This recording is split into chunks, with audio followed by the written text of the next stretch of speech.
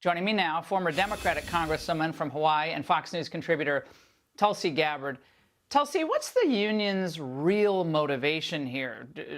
The guy who renegotiated NAFTA to help protect the U.S. auto industry is now the devil who's standing with the billionaires who oppose that? What's that about?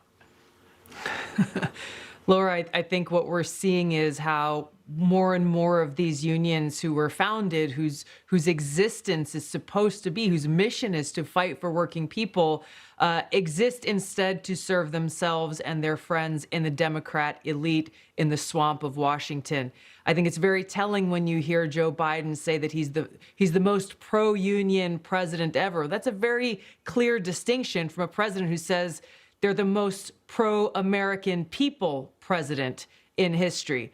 A union doesn't exactly represent the interests of the American people or even their members, which is why we've seen, I've experienced over time, how unions who choose the Democrat elite, they choose the Democrats in power over the interests of the working people, of even their membership. Their membership is going to vote in their own self-interest. They're not stupid. They see how the Biden-Harris administration time after time has set their policies in place that has created a terrible economy, that has created a higher cost of living, that has created an open border that is making our country far less safe, policies that support the criminals rather than those who are victims of crime, who put our law enforcement, who are out there working to keep our communities safe, in the back seat saying, no, we don't have your back when you put your lives on the line for us every day. I could continue to go on and on about how this administration, unfortunately, is not putting the interests of the American people or working men and women in this country first. They're putting their own selfish interests, their own power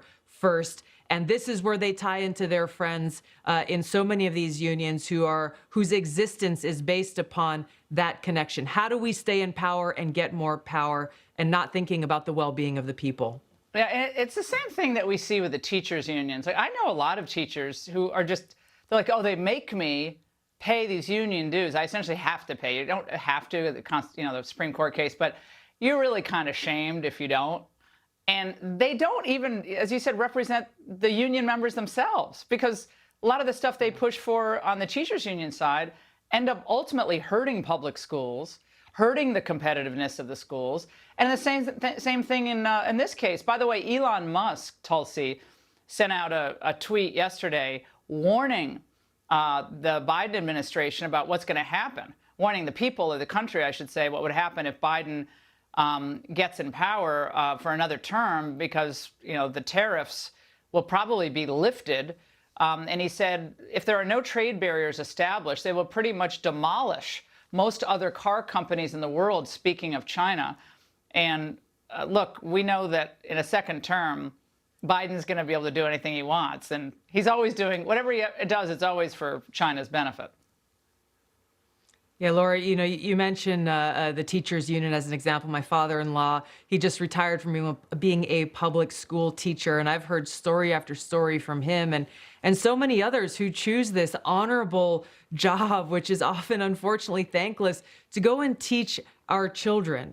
But instead of having people who are supposed to fight for them, you see them out pushing this so-called woke agenda, these insane narratives, pushing these grotesque R-rated books into our kids' classrooms, trying to push this ulterior agenda that serves their interests. Again, rather than saying, hey, we should stand for the education of our kids. We should stand for those who are dedicating their time to serving our children. You can look across many of these industries. Unfortunately, right, they've lost the leadership that they need.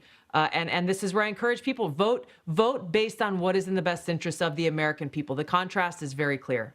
Yeah, and real median wages, we're doing a lot better under Trump without that inflation than they're doing right now. Buying power of all those auto workers much decreased because of Biden's policies. Tulsi, as always, so great to see you.